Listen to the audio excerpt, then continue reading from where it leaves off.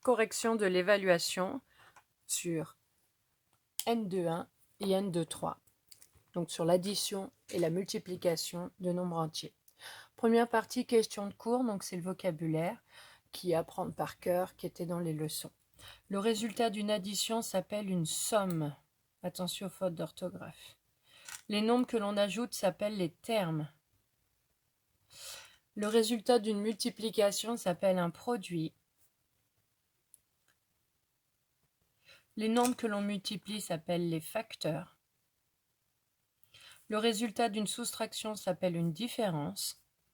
Donc attention aussi à l'orthographe. Et les nombres que l'on soustrait s'appellent aussi les termes. On passe au premier exercice qui était de poser, savoir poser les opérations donc avec des nombres entiers. Donc d'abord une addition. Donc la consigne a été redonnée plusieurs fois en classe de ne pas oublier de compléter ici le calcul en ligne quand on a fini. Alors, quand on pose une addition, donc on aligne bien les chiffres les uns sous les autres. On peut commencer par l'un ou l'autre des termes et on aligne les chiffres suivant le rang, donc unité sous unité, dizaine sous dizaine. Je m'applique, je tire mon trait à la règle et les retenues sont obligatoires. 7 plus 5, ça fait 12, donc on écrit 2 et on retient 1. La retenue, elle s'écrit au-dessus dans une addition.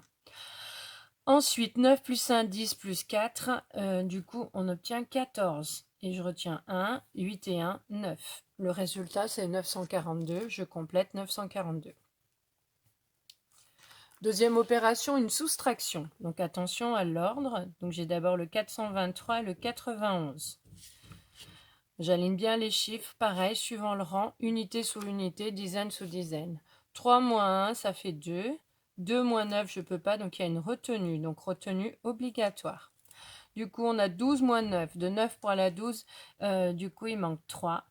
Et 4 moins 1, on peut, ça fait 3. On obtient 332. Dernière opération, la multiplication. Donc, on a vu qu'il était plus judicieux d'écrire le premier facteur, enfin le facteur en premier, celui qui a le plus de chiffres. Donc, ce n'est pas obligatoirement le plus grand, mais celui qui a le plus de chiffres. Ensuite, on aligne le dernier chiffre, les derniers chiffres ensemble. Donc, on a vu qu'avec les nombres décimaux, c'est exactement la même consigne. Donc là, ce n'est pas les chiffres suivant le rang, mais les derniers chiffres alignés. Donc, avec les nombres entiers, il se trouve que c'est bien le chiffre des unités aligné sous le chiffre des unités. Attention, les retenues pour une multiplication s'écrivent à côté, pas au-dessus. Alors, 5 fois 8, 40. 0 et je retiens 4. 5 fois 7, 35. Et 4,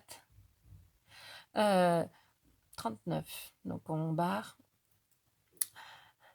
Ensuite, 5 fois 6, 30. Et 3, 33. Je passe à la deuxième ligne. Donc, je pense, attention, comme je passe au chiffre des dizaines, je décale, donc je mets un 0. Si possible, d'une autre couleur, un point. En tout cas, vous décalez. 4 fois 8, 32. 2 et on retient 3. 4 fois 7, 28. Et 3, 31. 4 fois 6, 24. Et 3, 27.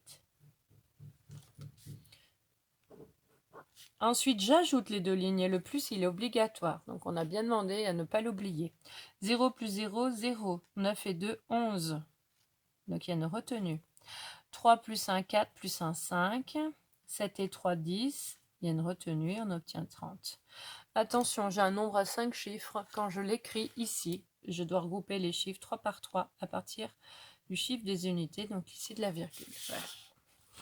Ensuite, pour compléter le carré magique, je vous rappelle que l'exercice a été fait en classe. On y a passé beaucoup de temps parce qu'on a rappelé exactement la méthodologie. On ne s'est pas contenté de simplement corriger le carré magique, on l'a construit ensemble. Donc cet exercice, vous deviez le chercher à la maison et on a corrigé, expliqué comment il fallait faire pour s'y prendre. Donc il fallait qu'on voit une colonne, une ligne, une diagonale qui est complète pour voir quel est le nombre qui est important. Ici, c'était la première colonne, ça fait 60. Ensuite, il fallait essayer de calculer ligne par ligne ou colonne, voir un peu ce qui manquait. Donc ici, on pouvait voir que dans cette diagonale, il manquait qu'un nombre, on pouvait le compléter. Donc 24 plus 12, ça fait 36. 36 plus 9, 45. Pour arriver à 60, il manque 15. Donc là, on a complété cette ligne. Le seul et égal 60 obligatoire, c'était le premier pour dire ce que vous avez fait en fait. D'accord? Ici, je les rajoute juste parce que je les ai rajoutés pour vous montrer comment j'ai comptabilisé. Ensuite, première ligne, on pouvait calculer parce qu'il manquait aussi qu'un nombre. Alors, 24 plus 11, on obtient 35. 35 plus 8, du coup, on obtient 43. Et du coup, pour arriver à 60, on fait le complément. De 43 pour la 50, il manque 7. De 50 pour la 60, il manque 10. On obtient 17. On vient de compléter cette ligne. Ensuite, ce que je peux compléter, du coup, il y a cette colonne-là.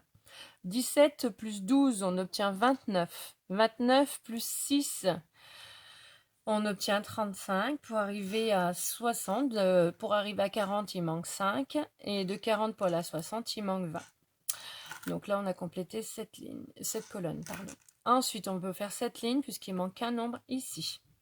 Donc 16 plus 25, donc 5 et 6, 11, donc ça se termine par un 1, 2 et 1, 3, il a retenu, ça fait 4, donc on obtient 41. 41 plus 9, 50, pour la 60, il manque 10. Alors maintenant, je peux faire cette colonne-là. Maintenant, on peut calculer cette colonne-là. Alors, 15 plus 10, on obtient 25, plus 8, on obtient 33. Pour arriver à 40, il manque 7. Pour arriver de 40 à 60, il manque 20. On vient de faire cette colonne-là. Ensuite, on peut faire cette ligne-là. 7 plus 12, on obtient 19. Plus 27, donc 19 plus 20, on obtient 39. Avec le 7, on obtient 46. Pour arriver à 50, il manque 4. Pour arriver de 50 pour la 60, il manque 10. On vient de faire cette colonne-là. Alors ensuite, on fait soit cette ligne, soit cette colonne. On fait comme on veut. Alors, si je fais cette colonne-là, 11 et 9, on obtient 20. 20 plus 14, on obtient 34. Pour arriver à 40, il manque 6. Et de 40 pour aller à 60, il manque 20. Donc, j'ai complété. Et du coup, on les a toutes. Donc, on peut vérifier aussi que cette diagonale fait 60 et que cette ligne-là fait 60. Donc, je rappelle, hein, ce qui est important, c'est de bien voir qu'on ne fait pas n'importe quelle case. Il faut être sûr, on a vu en classe que pour pouvoir compléter, il fallait qu'il manque qu'un nombre sur la ligne, la colonne ou la diagonale. Si vous en manque deux, eh ben, on ne peut pas le faire tout de suite. Donc ça, c'est un problème de méthodologie qu'on a travaillé. Alors ensuite, l'exercice suivant, donc lui aussi fait en classe, et donc il est à faire à la maison et on l'a corrigé. Et pareil, on a expliqué, on a fait du calcul mental pour voir comment on s'y prenait. Alors, on peut compléter. Donc moi, je vous avais corrigé, je vous avais interrogé individuellement pour que vous fassiez chacun un calcul. Donc là aussi, on ne peut pas compléter n'importe quelle case. Il y a un ordre à respecter. Pour pouvoir remplir une case, il faut connaître deux nombres sur les trois. Donc, une ligne, une colonne et la case à l'intersection. Donc, il faut que je connaisse trois nombres. Alors, si je fais cette ligne-là, la ligne du 4, on avait travaillé en plus en classe sur comment je nomme les lignes, les colonnes, pour vous habituer à ne pas mélanger le vocabulaire. Alors, j'ai le 4 et le 11. 4 fois 11, on obtient 44. Ensuite, ce nombre-là, je ne peux pas le trouver parce que je n'ai pas lui. Ensuite, 4 fois 9, ça fait 36. Ligne au-dessus, 6 fois 11, je peux le faire, ça fait 66. Ensuite, 6 fois 9, ça fait 54. Et celui-là, je ne peux pas parce que je n'ai pas. Ensuite, je peux compléter. 72, c'est 9 fois combien? C'est 9 fois 8. 8 fois 11, 88. Voilà, on peut compléter ensuite ce nombre-là.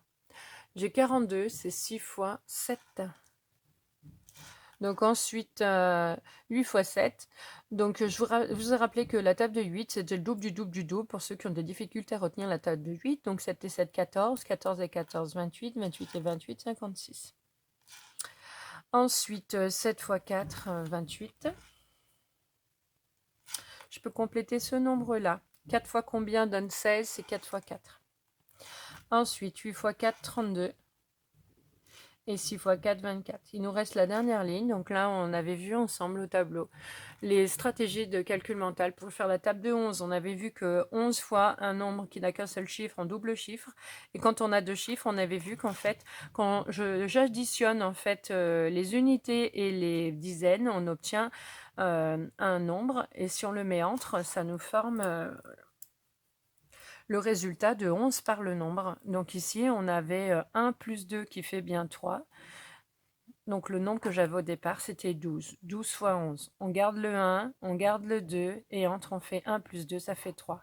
Voilà comme ça qu'on a vu la table de 11.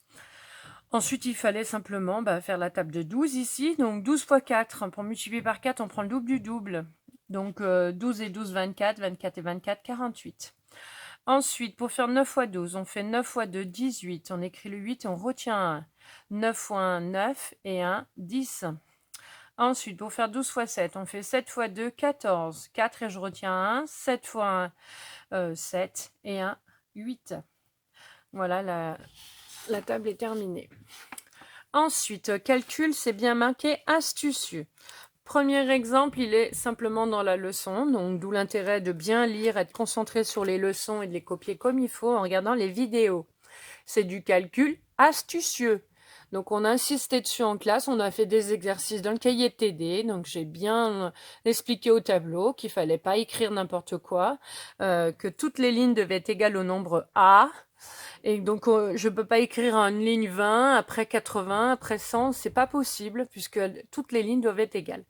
Alors, calculer astucieusement, donc il y avait deux sortes de calculs astucieux. Donc, dans la notion n de 1, c'était avec les sommes, et dans la notion n de 3, c'était avec les multiplications. Et donc, c'était marqué qu'on avait le droit de changer l'ordre des termes ou des facteurs, suivant dans quel cas on se trouve, pour grouper des nombres ensemble. Et on avait vu lesquels étaient importants. Donc, dans une addition, on avait rappelé les compléments. Le complément d'un 6, c'est un 4, donc je dois le regrouper avec le 54. Puisque 6 plus 4, ça fera 10. Ensuite, le 27, je le regroupe avec le 13, puisque le complément d'un 7, c'est un 3.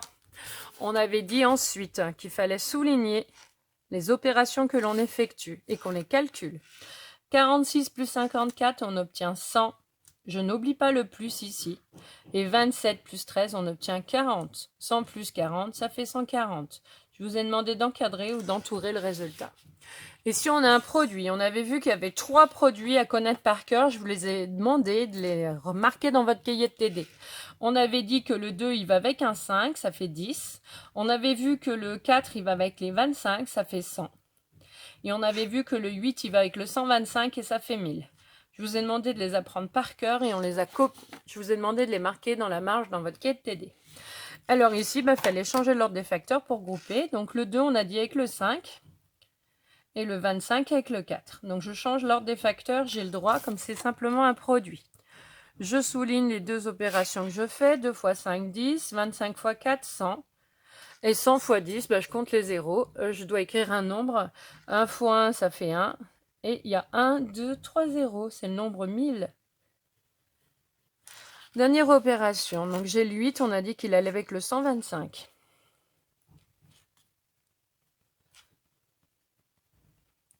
Donc le premier calcul était dans le cahier de cours. Les deux autres sont dans le cahier de TD. Ce sont les deux calculs qu'on a fait en classe. Je souligne les calculs qui vont ensemble. Donc 8 fois 125, donc c'est à prendre par cœur, ça fait 1000. Et 17 fois 10, pour multiplier par 10, ici un nombre entier, on rajoute un 0. Ensuite c'est pareil, 17 fois 1, ça fera le 17. Et je dois mettre 1, 2, 3, 4 0. Et je fais attention, je dois les regrouper 3 par tour à partir du chiffre de la virgule, donc du chiffre des unités. Et donc, si j'en ai 4, et ensuite j'ai le 17. On obtient 170 000. On passe à... Alors, exercice. Donc, il y en a beaucoup qui n'ont pas terminé tout simplement parce qu'ils n'ont pas lu la consigne. Consigne, je vous rappelle que j'ai répété 4 fois durant l'évaluation. Je l'ai expliqué avant et je vous ai arrêté plusieurs fois pendant l'évaluation pour vous rappeler quand je suis passée dans les rangs et que j'ai vu qu'il y en a qui faisaient n'importe quoi. Donc là, c'est bien marqué. Écrire à droite l'opération qu'il faudrait faire pour répondre au problème, ne pas effectuer les calculs. Donc, il y en a qui vont écrire toutes les phrases réponses. Il y en a qui m'ont écrit avec des mots les opérations, alors que moi j'avais bien dit à l'oral que c'était avec les chiffres les opérations. Et donc tous ceux qui ont effectué le calcul et qui ont fait la phrase réponse, ils ont été pénalisés, c'était marqué en gras et je l'ai dit plusieurs fois. Donc il n'est pas étonnant que vous ne terminiez pas une évaluation si vous ne respectez pas les consignes données. Données à l'oral et écrites sur la feuille. Moi je ne peux pas faire mieux. Alors, Michel a 21 ans, Jacques a 35 ans. Combien ont-ils d'années de différence? Donc, il y a le mot différent, donc c'est le résultat d'une soustraction. Attention à l'ordre. C'est 35 moins 21. Quel est le prix à payer pour 14 pinceaux à 0,68? Donc, c'est la quantité fois le prix unitaire. C'est une multiplication. Ensuite, un marchand d'œufs revient du marché avec 314 œufs. Il en a vendu 375. Combien d'œufs avait-il emporté? Donc là, il fallait faire attention, c'était une addition.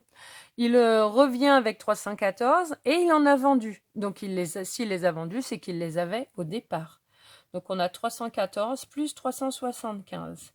Corinne pourrait participer à un jeu organisé dans son village si elle avait 16 ans et il lui faut attendre 3 ans.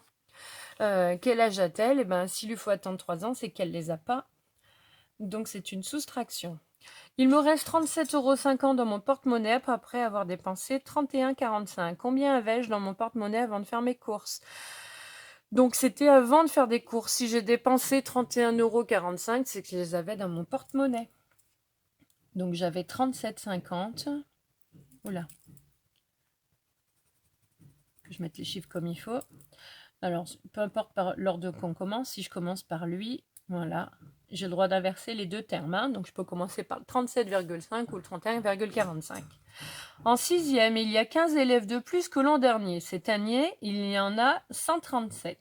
Combien il y en avait l'an dernier?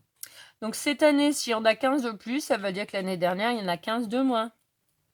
15 de moins, ça veut dire qu'il faut que je les enlève. Ensuite, un épicier achète 50 sacs de 25 kg de pommes de terre et les vend 5,2 € le sac. Donc là, il y avait une donnée inutile qui était le 25. Donc c'est quantité fois prix unitaire. Quantité, c'est le 50. Prix unitaire, c'est 5,2.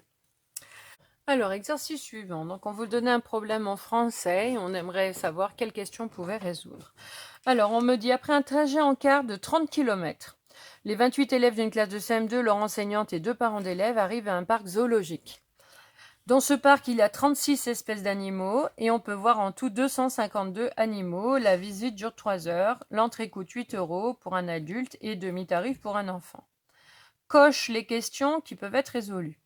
Alors, on pouvait résoudre combien il y a d'adultes dessus à la sortie, puisqu'on dit l'enseignante et 2 parents d'élèves. Donc, les parents sont des adultes, l'enseignant aussi. Donc, il y avait un calcul qu'on pouvait faire, à savoir 2 plus 1 égale 3. Il y a 3 adultes.